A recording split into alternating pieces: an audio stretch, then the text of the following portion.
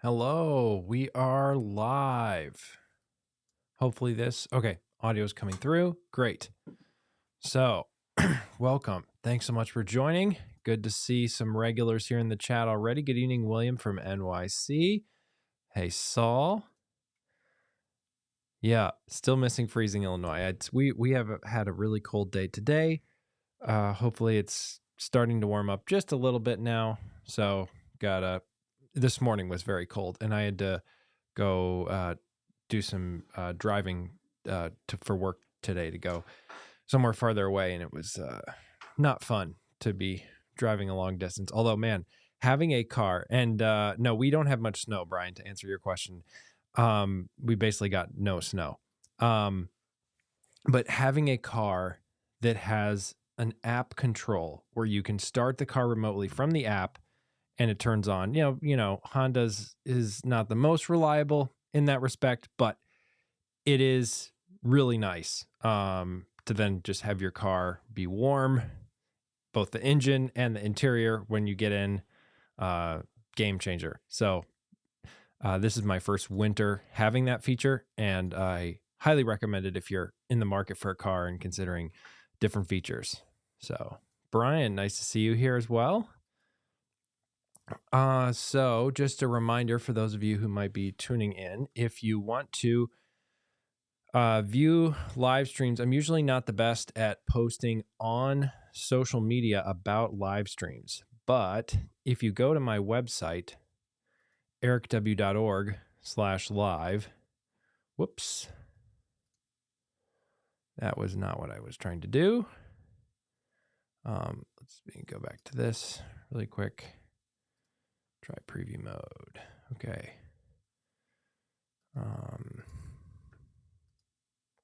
There. Okay, cool. Back to live. So now we can go this way. If you go to my website, ericw.org/live, there's a calendar where I keep it updated of when I'm doing a live stream. You can get the ICS feed if you're into Apple or Microsoft calendars. If you're into Google, you can subscribe to it with the Google Calendar link or ICS. And of course, watch past live streams on YouTube. And you can always submit questions in advance down here. If you're not able to tune in live, still love it that you're watching later. And you can feel free to submit questions here, and we will get to them during the live stream. So we got various news to talk about as well from this week, different things that have happened. I have this tab open for 18.2 with the HomePod, and also have a very cool smart home related video to leave you with at the end of this stream. Last week we got cut short a little bit by some technical difficulties, but this week I do have a fun video to share with you at the end of the stream that I think you'll really like. Another thing with my website really quick while I'm getting all these announcements out of the way, if you go to my website and click on Home Awards in the top banner, so ericw.org, and click on Home Awards, you have, if you're watching this live, if you have not voted, you have just a little bit of time to go vote for the People's Choice Award for the Welander Home Awards.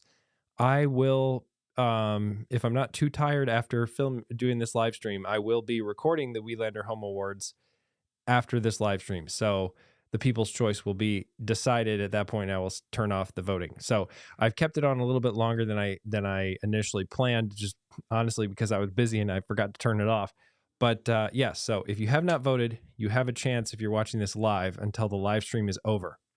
So you can go check out ericw.org, click on Home Awards in the top, or go to /home-awards, and you can vote for the People's Choice Award. Again, this is any product that I've reviewed or I decided was a notable release this year.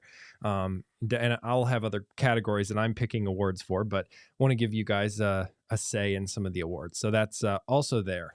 And the last biggest announcement for coming up next week, and I will be publicizing this more, but we are going to have our first guest on the live stream, special guest, which is my wife. So we'll be doing a Q&A, and you can actually use the live page that I just mentioned earlier, ericw.org/live, to submit questions, and we'll pick a selection of those for next week, talking live with my wife about smart home tech and what she does and doesn't like about all of it. I mean, she's a less technical person than I am, and probably you are, in terms of like, she's just not as into computers and tech. I mean, she's into it because I'm into it, but not like otherwise not as much. So tune in next week, and my wife Lauren will be joining us live. So that should be fun. Yes, the wife approval episode, Brian. Yes, exactly. So Sean got a new car in April with remote start. Loving it too. Great to hear. Yeah. Remote start, especially in the cold winters that some of us have to deal with. Not if you live in Hilton Head, but otherwise. Well, I mean, even if you're just trying to keep an engine healthy, I feel like it's probably not bad to let it warm up, even in a lot of remotely cold weather. But especially in the really cold, it's nice to get into a hot car. So, yes, we have a bunch of different things to talk about. 18.2, iOS 18.2, HomePod 18.2, all that is out. And there's a new Snoopy screensaver, which, Apple added the Snoopy screensavers, I think, in tvOS 18, but the new one is Snoopy in space. And it's actually really cool. And I've actually, so of course, Apple just done and continues to do such a great job on the aerial screensavers, which are those like slow-mo drone footage things. And you can just, I mean, I'm sure we've all just probably sat there some night and just watched those screensavers because they're that interesting to just kind of stare at. But I will say the Snoopy screensavers are a fun alternative, and they just provide some kind of nice visual backdrop, and the space one is also fun. So they're sort of a little bit more animated, and I mean, yes, they're animated cartoons, but I mean, like, there's a little bit more movement and maybe visual distraction going on compared to the aerial screensavers, but it can be kind of a fun alternative. So you can get to those by like swiping up on your Apple TV remote and then going over to Snoopy, or then you can also set it in the settings of tvOS. So the new space one's just a nice addition to that existing feature. There's also some changes, and now you can use some of the natural requests for Apple Music with Siri on HomePod. Oh, I shouldn't have said that word, but you get what I'm saying. It's a 4-letter word I can't say in smart home tech. But let's see. And then there's also I'm looking here at 9 to 5 Mac. I feel like there's something else that I remembered hearing about that I forgot with 18.2 for HomePod. But no, like you can say like play some pop hits from the 90s, but keep it chill. I have not had time to test any of this with 18.2 yet. It just came out yesterday, and I've been doing a little bit of like local area travel for work. So I have not looked into this, but I definitely will. And if anybody has any opinions in the chat, maybe you've already played with it, love to hear that. There's some talk about Philips Hue as well. Oh yeah. Yes. Hey, Modern Day Tech. Thanks for joining. Good to see you here, Eric, Modern Day Tech. Looking forward to seeing you as well at CES coming up. Should be fun. And hey, Justin, nice to see you. Ploink. Finally bought a Sterling hub, but I really want a HomeKit doorbell now. Yes. So I'm guessing you probably have Justin is a friend from past life. It's great to see you here, Justin. I mean, present life too. But anyways, yeah, I mean, HomeKit doorbells are really nice. I'm guessing you have a Nest one that then you're putting into HomeKit through Starling, maybe. That is, it's really slick. How I think Starling does a pretty good job of this. Now, I will say one thing that Starling did do recently that came up on the live stream, just to quickly talk about this. So I still think Starling is a great option, especially for putting your Google Nest accessories, especially the pre-Matter accessories, into Apple Home. But they have some, where was it? I saw somewhere they announced the ability to support any device, or a broad array of the devices that work with Google Home can now also work in Apple Home via the Starling Home Hub. The problem with that, though, is just like they were already talking about some issues with reliability and like certain devices that wouldn't work. And I just had this moment of like, I told you so, because I said when it launched, I don't think this would be a very reliable thing. I wouldn't build my smart home on this, unless there's like that one device that you have that you can't get in there, and it's then a solution for that. But I wouldn't like, put your whole smart home through that. So, that's another thing too, is like, I was talking about this a little bit, with the, in my recent newsletter over on Substack, which is basically that there's kind of this trend that I've seen some of you guys mention in the live streams and some other places. Shane Watley posted a video about Home Assistant, and I saw it in the comments there. And it's not something Shane was saying; it was some people in the comments were saying. These people will put all their accessories in Home Assistant and then just use Apple Home as like a means to access Home Assistant. And if you don't really prioritize Apple Home, or don't really care much about Apple Home in your home, and you're just using it to like run a few accessories, okay, sure, knock yourself out. But I just think that is so fragile to think about long term, because you're dealing with this unofficial integration that Apple supports with unofficial hubs being able to bridge accessories into Apple Home. And that's it's probably a recipe for a lot of issues down the road, or something also that Apple could just pull the plug on and say that you no longer are able to do that. And I wouldn't be surprised, especially with Matter adding new ways to test smart home accessories, if they pull that from Apple Home, because it is in some ways a big security vulnerability. Or at least if they make it so you have to agree to more prompts of like, yes, you're signing yourself up for smart home danger, as they sometimes do with security in other parts of their platforms. I could see that coming. So I have no inside information on that, but it's just like, I think a lot of people are jumping into Home Assistant and sort of building their house on this one key integration point. And Starling takes advantage of this too, because Starling is not an official Apple Home Hub. So I think a lot of these solutions are great, but if you're trying to build your home around Apple Home, I don't think it's as good of a solution. Now, that being said, I can understand why you want to build your home around Home Assistant. There's a lot of great options there if that's what you want to do, but just don't count on it being like something that then reliably always works with Apple Home, because I just think that where reliably works with driving your entire home in Home Assistant then through Apple Home, I just don't think that's going to work out for a lot of people long term.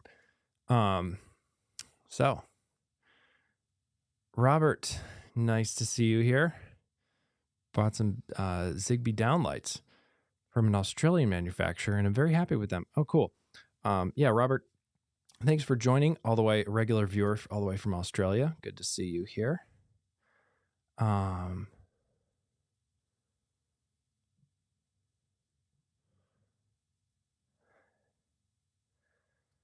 Yes, that's well put, William. There are some things our significant others do with love, with putting up with our smart home tech, trials and failures. There's and definitely probably hear about some of that next week. So.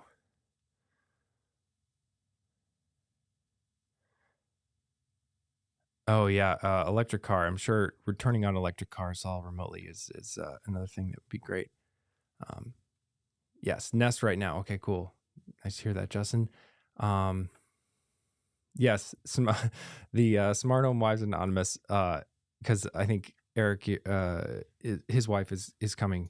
A handful of other partners of Smart Home YouTubers are coming to CES in Vegas, so it'll be fun to have them trade notes on what it's like to live with someone reviewing smart home tech and getting all these random products, sometimes often dealing with all the problems. Because sometimes too, like on the reviewing side, we'll get stuff on the early side of when it's like just launched or is about to come out. And so we're getting the software when it's like fresh and there's plenty of bugs and stuff. So Definitely seeing plenty of that, as like my recent Nanoleaf video. Good evening, Brandon, another smart home YouTuber, also going to be at CES. Nice to see you here. Thanks for joining. And I saw that 18.2, thank you, Garance. Nice to see you here as well. I saw that 18.2 will allow some to create a playlist on Apple TV. Oh, cool.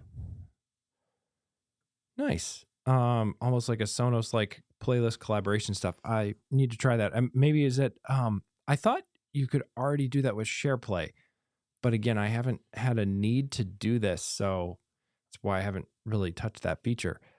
But that's cool. Sounds like a nice feature with Apple TV. I might need to check that out.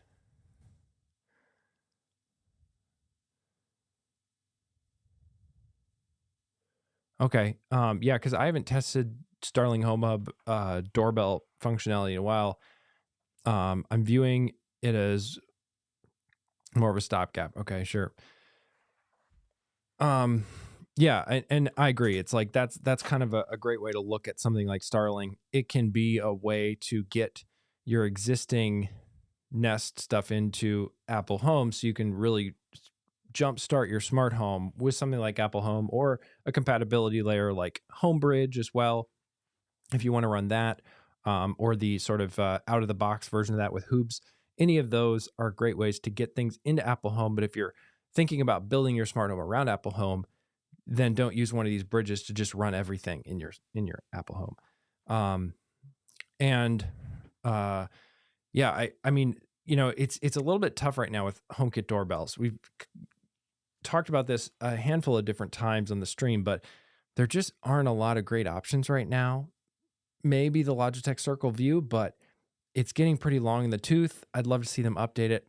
I was really hoping that maybe Eve would be coming out with a doorbell sometime in early 2025, but they are not listed as an exhibitor for CES this year. So we'll see. I'm kind of bummed that probably we're not going to see much from Eve in that regard, at least at CES. But yeah, I mean, which is completely understandable. Like for them to fly all the way out from Munich and stuff, if they're not really announcing anything, I totally get it. So I don't think it's like a super big deal, but just like it means that we're not going to hear about probably a doorbell then. But I'd love to see somebody make more HomeKit doorbells. I think Aqara's G4 is really good, but it's a 16:9 aspect ratio. And I know Aqara will be at CES. Maybe we'll hear of a new doorbell from them. I don't think so. I haven't heard of anything about that, but they're always full of surprises, so you never know. But having something that does portrait video like the Logitech Circle View or the Belkin Wemo is really nice. And also something that does a little bit more of this sort of pseudo color night vision, where it's blending a color image, black and white, or color in infrared images. And in a way, a lot of cameras do this now. The Eufy S3 Pro outdoor cameras are probably the latest example of this, but having something that does more of that than Aqara, I'm pretty sure, if memory serves, the Aqara one is just black and white. Currently, if you're wondering, I still use my Ecobee doorbell. I thought about changing it to Logitech. I just never got around to it. I had a very busy fall with other product reviews, but the Ecobee is completely serviceable and works fine, but you do have to pay for their subscription, and it's not HomeKit Secure Video, but it does fully support HomeKit in every other regard. So you're able to see the live view in the Apple Home app, and then you're also able to quickly get to accessories. You get notifications when the doorbell rings, but to look at clips of recordings, that's going to be in Ecobee's app with their service. And none of these doorbells are lightning fast for letting you know about stuff. I find Ecobee's performance passable in that way, but yeah, that's what I'm currently using, and it's a pretty good doorbell, and it has a nice integration too if you use the Ecobee thermostat, which I do not at the moment, but I did when I set it up, and it's kind of cool to be able to see a live view on your thermostat as well and have that whole tie-in. And also, Ecobee is one of those where some of the HomeKit doorbells just talk to Apple Home, whereas the Ecobee doorbell, it can also talk to other smart home ecosystems if you're into that as well. Like if you have maybe a Nest Hub, or I think it does Google Nest, but I know it does Amazon's ecosystem as well for stuff.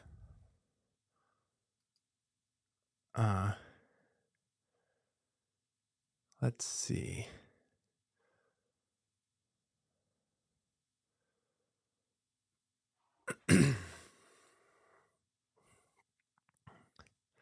Yeah, smart home occupants anonymous. Yeah, it's like there's almost a niche within a niche of there's been some good chat going back and forth from a bunch of you guys in the chat. It's just like people who have to deal with the smart home tech that they don't necessarily choose for themselves, but yeah. I bought the Nanoleaf outdoor. So Robert, nice to see you here. Another regular in the live stream. I bought the Nanoleaf outdoor lights and they keep disconnecting. It was super helpful. Oh, cool. Just need to figure out why this keeps happening.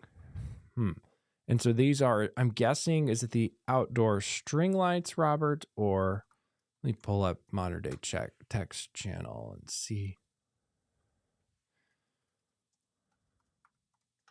what we're talking about here. But all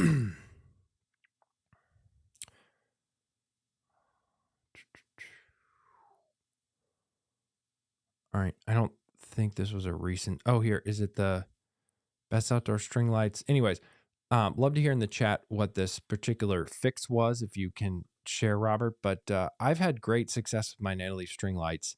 They're working great for me on my back deck, even in some of the colder weather. I'm planning to get rid of them for the actual like really frigid part of the winter here, so January, February. But right now I'm keeping them up because the holidays. It's nice with Christmas to have Christmas lights out in the back. Let's see.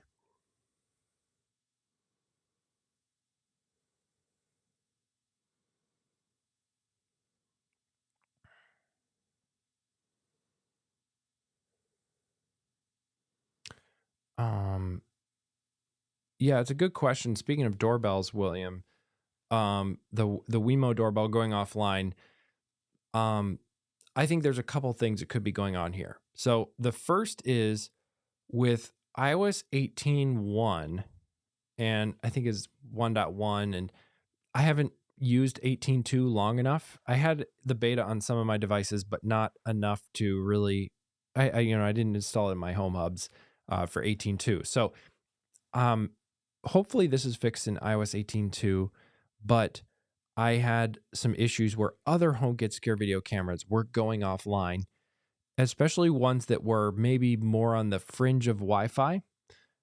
This is like, for example, I had an Aqara camera in my garage, which was working great, but then it would go offline periodically with iOS 18.1. So maybe that's fixed in iOS 18.2, but I've seen that as sort of a perennial HomeKit bug that comes up in various releases where all of a sudden a camera or two, depending on, I think, some of the details of how they communicate over Wi-Fi with your Apple Home, the home hubs will assume, oh, this camera's offline, when maybe it's not actually offline. Maybe it is, but and maybe HomeKit's connection with it will be flaky, and it could be, an issue with the software from the camera. It could be an issue with the software. So in your case, a Belkin Wemo doorbell, or it could be an issue with something with the home hubs. And I think there is some of that that's on Apple to keep reliable. So there's that side of it. The other side would be, the classic Wi-Fi things of interference and stuff. I imagine, given you're watching this live stream and your regular viewer here, that you know a lot of these things, but making sure that your wireless channels don't interfere with the networks nearby your home. I also making sure for the Belkin Wemo really wants to be on 2.4 gigahertz. I don't think it can even connect to 5 gigahertz. So making sure that you have free 2.4 gigahertz radios basically on your routers by maybe directing some of your other stuff to join the 5 gigahertz spectrum if possible. Some of that's switched automatically for you by certain routers, so you might have less control or more control depending on what you have. But you could look at that and maybe even, when I used my Belkin Wemo, one of the things I did is, so I have some people will talk about how they have a separate network for their smart home, and they'll do all this fancy networking stuff that I think is overkill and not really worth the trouble. But one of the things I do have in terms of smart home stuff with that is I have so my main Wi-Fi, and then I gave so is We Home, and then because my last name is Welander, and then We Home 24 is another network I have that I sometimes you could even hide the SSID for that so guests don't see it, but then you can have devices that need to connect to that network. They connect, with that network that's specifically just 2.4 gigahertz. And a lot of routers have the ability to set up an SSID that's just confined to 2.4 gigahertz. Some routers don't. It just depends on the settings there. Of course, Ubiquiti has options for that out the wazoo, which is what I use. But with that, you can also look at something with that to set up for Apple Home. What you want to do is then you set your iPhone or whatever device you're using to add the doorbell to the network. You set that to your 2.4 gigahertz network, and then you add the doorbell to your smart home. So when you add the doorbell to your smart home that way, then it will put it on that particular Wi-Fi network, and then you tell your phone to forget that We Home 24 or whatever you call it network. And then your phone will just continue to connect to the standard network, ideally over 5 gigahertz, because it's a phone that has all those radios. But then your doorbell will remain connected to the 2.4 gigahertz network. And some devices, they can't even set up if they're somehow trying to communicate on 5 gigahertz and, they're not able to connect. But that's something to consider too. And then also just if you have an access point close enough to the doorbell, maybe if you could move one of your existing access points, if you have like a mesh network closer there, could be like we talked about in the last live stream, that maybe you have too many access points in your home. A lot of homes are better served, I think, with 2 mesh access points than 3, depending on the size of the home. Once you get above, I think maybe 2,000 or 2,500 square feet, then maybe you start to get into the 3 access point territory. But below that, you are often better with 2. So it could be any number of those other things to think about. But I would start with maybe trying to do a separate network that keeps it on 2.4, and also realize that I think there's some Apple Home bugs that are hopefully fixed with 18.2 related to that. Yeah. So let me go to the ces.tech exhibitors page, Brian.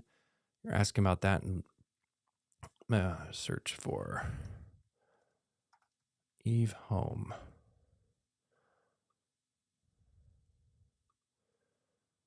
Oh, okay.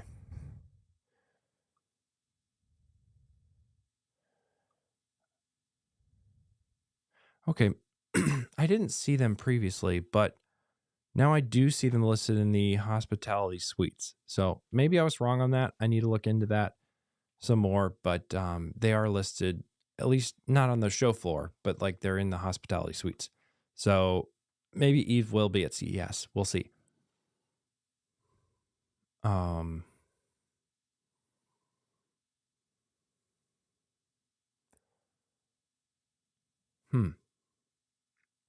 Fish Ventura, waiting for Apple to lock down my home with sensors and all the kit. I'm not sure what you mean by that.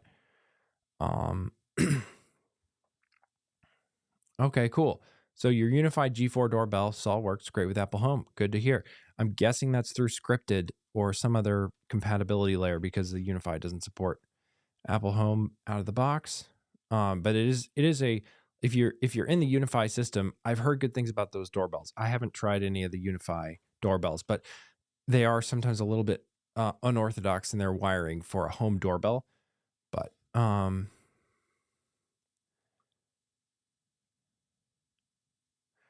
yeah, Brian, I think this is part of another conversation. I'm just pulling this comment out, but the only difference I know of is that they consider it an unofficial integration, and you get that warning at the top.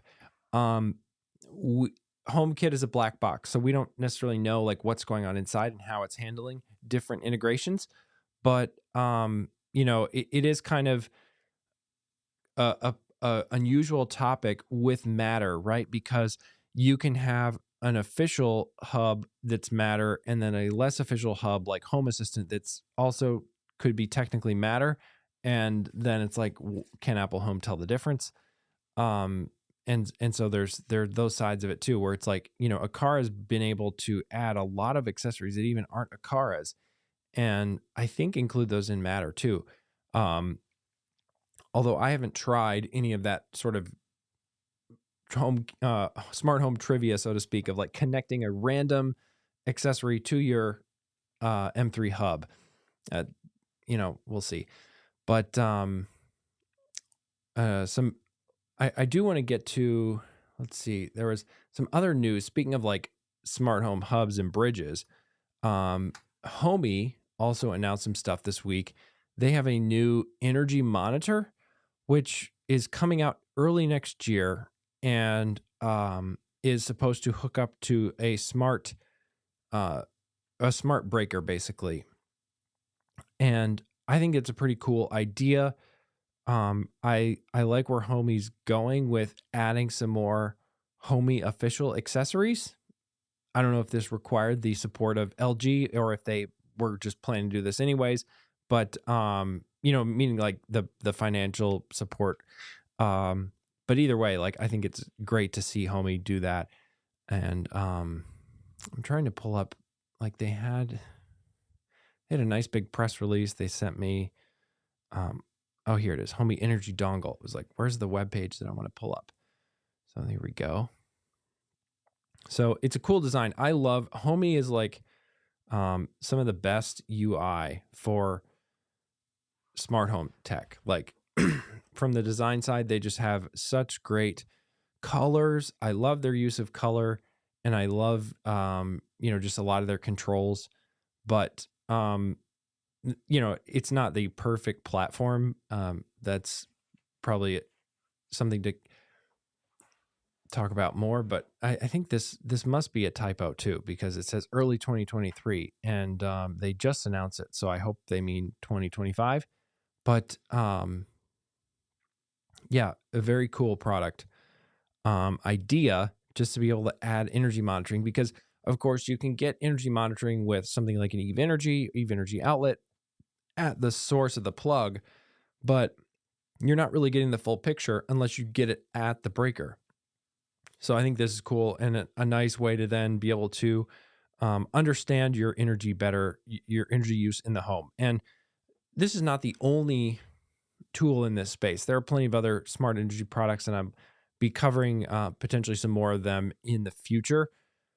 So stay tuned for that, although probably not actually in my home. I think it'll be stuff where I look at products from other companies in sort of a demo space, but I do think it's an interesting category of just energy monitoring, and can be a nice way, because so much of smart home tech, you can end up with lights left on, or you can end up with stuff that's, let's say, Wi-Fi and might use more energy in certain cases, arguably, than non-smart tech. So to have things where you're able to be smart about your energy usage and then reduce it, it saves you money. It's good for the environment. Like there's just lots of benefits there. So, and I think especially, Homey is based in the Netherlands. Europe, historically over the past couple of years had more of a energy cost increase, I guess you could say. And so it's been much more, I think, front of mind for a lot of people in Europe about saving energy, just because of the sheer costs of things. And in the US, I think we've been hit a little bit with that, with inflation, but not nearly as much, and with other factors going on in the world. Yeah, can't wait for the Aqara Outdoor Camera 1. I agree. That is going to be a big step forward for Apple Home Video, HomeKit Secure Video, especially because that camera will be the first HomeKit Secure Video camera to support power over Ethernet, which means you can use an Ethernet cable to power the camera and get the data. So you don't have the issues of Wi-Fi connection, but you do have to run a cable through your home, usually going up into the roof and then down the eave is an easy way to do that. The challenge there is that you'll have a video, like like a lot of the PoE cameras, they have some kind of cool video setup where they'll have a video recorder that records continuously. Now, Aqara has had some support for things like RTSP and some of their other cameras, so I wouldn't be surprised if you're able to still do that here, but then you're sort of bringing your own system to that. It's not integrated like, let's say, a Railink or a Ubiquiti or a Synology, where they have those cameras that tie right into the system. But I do think, those cameras don't natively support Apple HomeKit Secure Video. So I think this could be a really nice way to get outdoor video. And Aqara is, of course, making an outdoor Wi-Fi option, but it will require continuous power. So you'll need, I think they have USB-C as the standard there. So you need some way to power the camera, plug it in to an outlet, let's say, if you are not using power over Ethernet. But I think it's going to be one of those things that will probably sell out pretty fast from Aqara. I'm excited. Zane, nice to see you here. Tuning in from, I think you're pretty far away, maybe in the Middle East.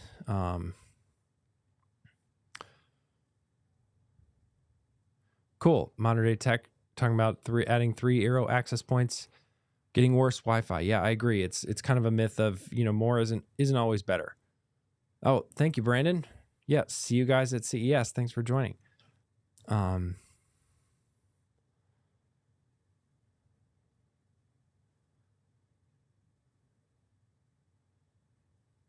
Oh, cool.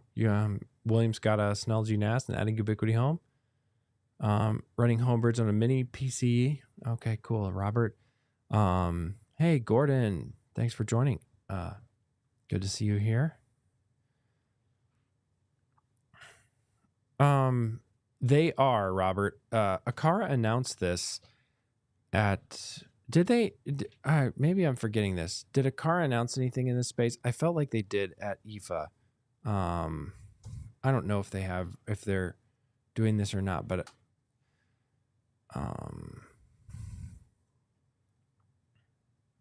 that's just their booth. I can't remember. They announced a handful of products. I think they have a garage door controller. So, yeah. No, they don't. Okay. I'm thinking of something else. I must be thinking of another company, because they have the camera G5 Pro, and then they announced the garage door controller T2 kit. Here we go. Because it wasn't in the picture. Of course, if I share my screen here, this Aqara press release does not have the garage door controller in the picture. Down here, they talk about the T2 kit. So it's still coming. I've not heard of it being launched publicly or anything like that. So we'll see whenever it comes out. But good memory, Robert, that they did in fact announce that at IFA, which is sort of the big fall smart home show over in Berlin. And that should be nice to see. I think that's garage doors are challenging, and there's a lot of different models of garage doors to get right. And, just talking about North America, and Aqara is a global company. So, I'm not sure how that will all shape up, but, and how that will scale. So I'll be interested to see what works out there, but I'm excited that Aqara is entering the space, because we need more competition in the garage door space. There's Tailwind, and we have there's iSmartGate in Europe, which also has some models that work in the US, but it's nice to see another big player getting into smart garage doors. And also Maris is another big player that has some smart garage door stuff. I've tried iSmartGate and Tailwind. Both of those have worked great for me. Other people love the Maris garage door. It's a lot of manual wiring for me personally. Like, I'd just rather not run that many wires, but I think it overall sounds like a really reliable solution for a lot of people. So I don't think there's anything super, problematic with it. I just haven't had a chance to really look at it myself. Yeah. So Ming-Chi, William brings up a good point. Ming-Chi Kuo had some rumors about Apple making their own cameras. Um, I'm going to guess that this is something related to the smart home display category that they're going to get into. It could be at first that it's just something integrated to smart display. We saw this with Nest Hub. Google did this with Nest Hub, and Amazon has sort of this with drop-in. But I think that, if you have a smart display, one of the compelling features of that is to be able to look at live video from a camera somewhere else in your home, ideally outside, to be able to check on the status of something. You hear a weird noise, you can pull up the camera. You have a delivery coming, you could pull up the camera for the front door to be able to see, is the delivery here yet? And so having that be something that's integrated fully by Apple makes sense. I could see them doing that. But and I think we talked about this briefly on a previous live stream. It's like Apple obviously has a lot of knowledge in how to make a small camera sensor run efficiently on battery and pull off a good image. So I wouldn't be surprised if just by taking some of their imaging pipeline stuff from the iPhone and doing a little bit of work to it, that they could get something that's head and shoulders above a lot of the rest of the industry in terms of image quality. But we'll see. I mean, there's obviously a lot of other companies spending a lot of time and money on this, but given Apple's success in the smart home space, they are able to hire some of the brightest minds in that space. And I think that just 10% of those people's time could maybe make something that's leaps beyond what other teams are able to make, but it's hard to say. So we'll see. But I think initially I was a little surprised and was like, this doesn't make any sense. Ming-Chi Kuo must be wrong, because Ming-Chi Kuo often is more focused on the supply chain. And so some of his sources about what Apple's doing at the product level, when it's not related to the size of a particular display or the technology of a particular display or the technology of like flash memory or other stuff that they're using, like when it's not something like that, it tends to not be as reliable for him. He doesn't have as many connections in Cupertino with like Apple leadership. So as maybe someone like Mark Gurman does. But yeah, I'm interested in that. Yes, and this is Brian was telling me about this too. I have not tried this myself yet, but you can actually put scripted inside Home Assistant, and it's working great for Brian. So that's another thing to think about too. If you're looking at scripted and Home Assistant, you can run them on the same box in the same setup, and that could be really convenient.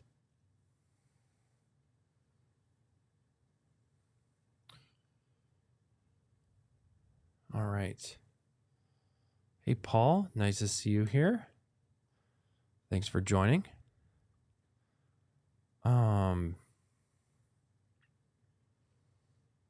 Yeah, I mean, that's kind of what I was trying to get at earlier, Brian. It's like Aqara,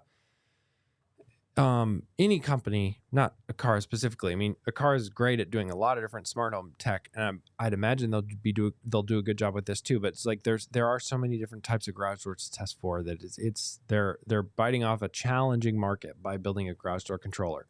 But if they really want to conquer the entire smart home, I think that it's something they need to do. So we'll see. All right, I'm coming down to the end here. Want to leave you guys with a video, but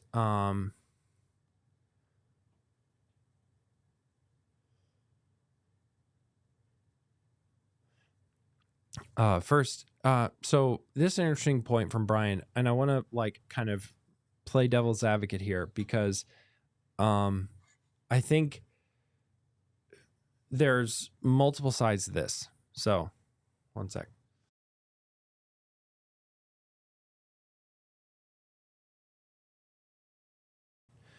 I know there's a lot of folks who follow smart home closely, and you're into connecting, let's say, Z-Wave or Zigbee devices through a bridge into your smart home. And then, that's a bridge that's usually wired with Ethernet, and, that can work very well. And it can be technically on paper a better solution, right? The sensor, whatever it is out there on your network, it's using less energy. But at the same time, it's something that um how do I say this? Um it's something that's hard for new users to set up because they don't know about the different wireless frequencies. They don't know about bridges and they don't have any of the tech to support it. And I think sometimes even for people to assume people have something like an Apple Home Hub is arguably a big barrier for Apple smart home use. And I almost wish they would allow, let's say, a desktop Mac or even just a Mac in general to be some kind of bridge in your smart home, maybe. Um, but I think it's important that they keep devices like a HomePod Mini around to make it accessible. But even then, like that gets you Thread, which is nice, but also has challenges as well, in terms of multiple thread networks and other layers there.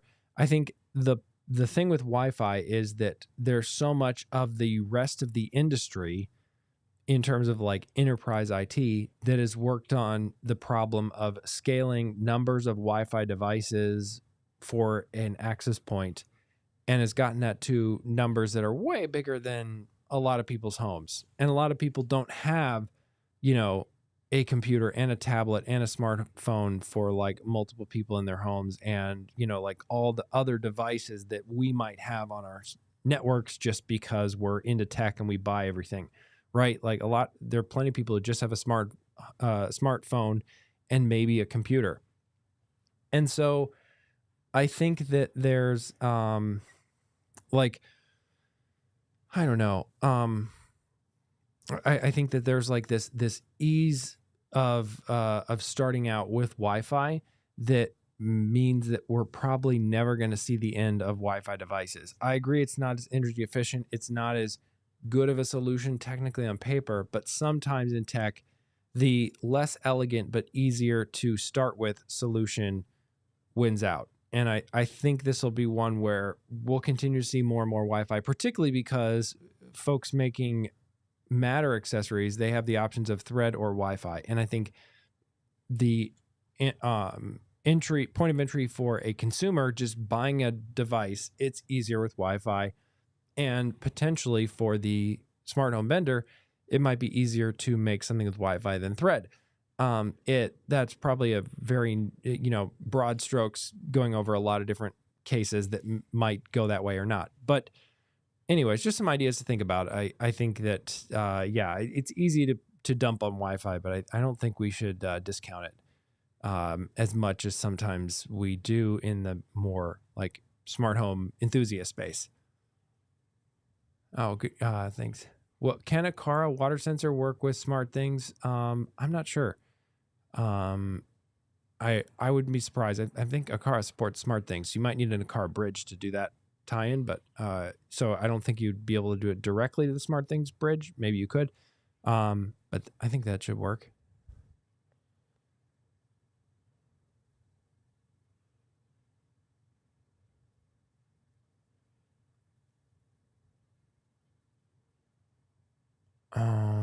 All right, we got a lot of questions. I'm not gonna be able to get to these. It's getting late. I'm very tired, as you can probably tell, and I would like to film another video. So thank you guys so much for joining. Great to see you here. And I want to leave you with my teaser from the beginning of this, which is a video, which is our friend Brandon, who joined the live stream earlier. He has a new video out of a tour of a beautiful smart home in Prior Lake, Minnesota. And this video could really use some more views, and it is very cool. I mean, this video is really well done, and it's just a very cool home.